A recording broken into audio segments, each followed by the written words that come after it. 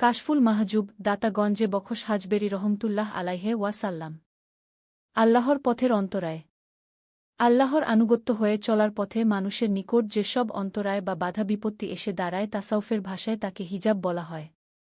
তা দুই প্রকার, যথা: ১. রাইনি হিজাব। ২. গাইনি হিজাব। রাইনি হিজাব। রাইনি হিজাব এক ধরনের সুদৃঢ় অন্তরায়, যা কখনও অপসারণ হয় না। কারণ তা সম্পূর্ণ হয়ে যাওয়ার পর ব্যক্তির অন্তরে সিল পড়ে যায় এবং দাগ লেগে যায়। রাইন, রং লাগা, খাতাম, সিল পড়া, তাবা, দাগ লাগা, এই তিনটি শব্দকে একই অর্থে কুরআন মজিদে আল্লাহ তায়ালা ব্যবহার করেছেন।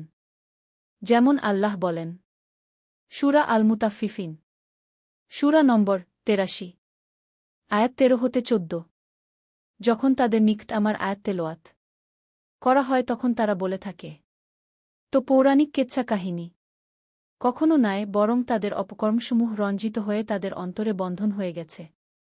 কুরআন অপর আয়াতে এরশাদ করেন, যারা যথার্থতাকে মান্য করতে অস্বীকার করে তাদের ভয় প্রদর্শন করা হোক কিংবা না হোক তা তাদের জন্য একই সমতুল্য, তারা তাকে বিশ্বাস করবে না।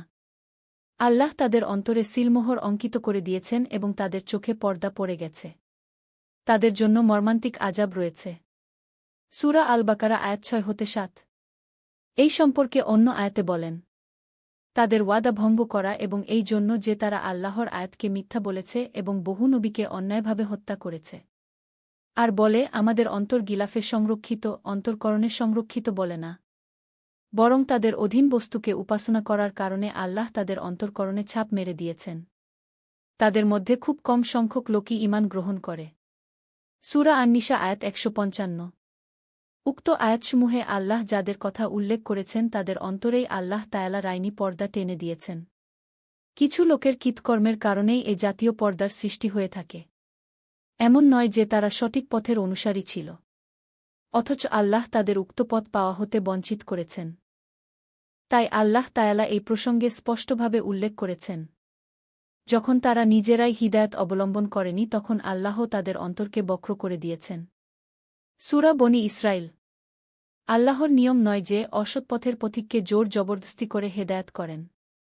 অর্থাৎ যারা স্বেচ্ছায় ও স্বপ্রণোদিতভাবে হেদায়েতপ্রাপ্ত হতে চায় আল্লাহ অবশ্য তাদের সঠিক পথ প্রদর্শন করেন। আল্লাহ তাআলা বলেন, সত্যের সন্ধানীকে আল্লাহ সঠিক পথ প্রদর্শন করেন। আরও বলেন, যারা ফাসেক, যারা আল্লাহর ওয়াদাকে মজবুতভাবে আঁকড়ে ধরার পর ভঙ্গ করে দেয় আল্লাহ তাদেরই গোমরাহিতে নিমজ্জিত করেন। আল্লাহ যেই সম্পর্ককে সুদী করার আদেশ দিয়েছেন তারা তা বিচ্ছিন্ন করে এবং পৃথিবীতে বিবাদ বিসংবাদ সৃষ্টি করে। সূরা আল বাকারা আয়াত ২৬-২৭। এই সম্পর্কে আল্লাহর নীতি হল, যারা আমার পথে সাধনা করে নিশ্চয় তাদের আমি আমার পথ প্রদর্শন করি। সূরা আল আনকাবুত আয়াত ৬। বরং এই সম্পর্কে আল্লাহর মেহেরবানি এবং অনুগ্রহ এই যে যেই ব্যক্তি আল্লাহর প্রতি বিশ্বাস রাখে তিনি তাদের অন্তঃকরণকে সঠিক পথ দেখান।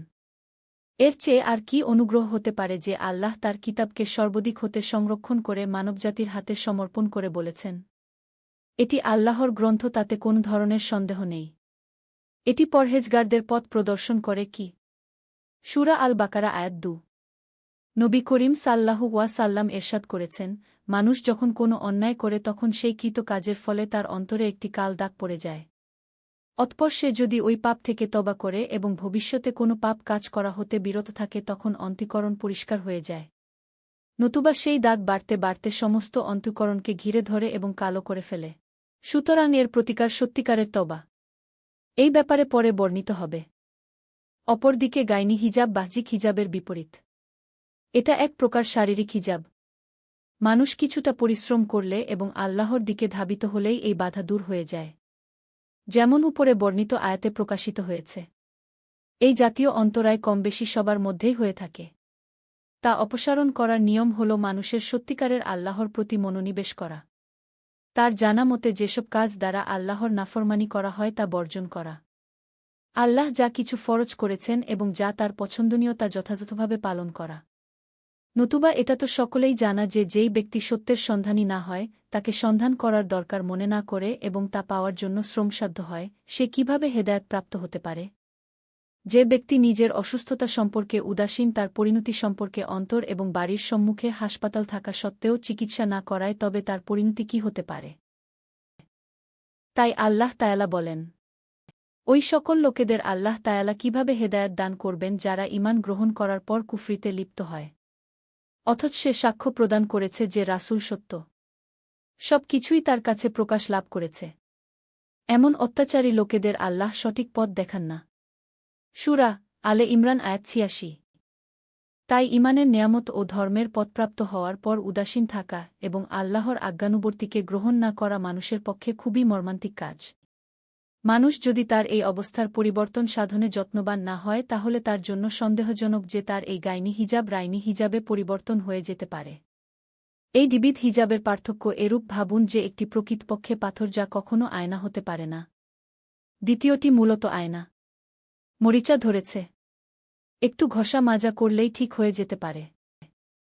তবে মনে রাখতে হবে যে যেই হৃদয় পাথরের আকৃতি ধারণ করে আল্লাহ তাকে জোরপূর্বক পাথরে পরিণত করেন না, বরং মানুষ নিজে এমন পথের অনুসারী হয় যেই পথ উক্ত অবস্থায় পরিণত করে।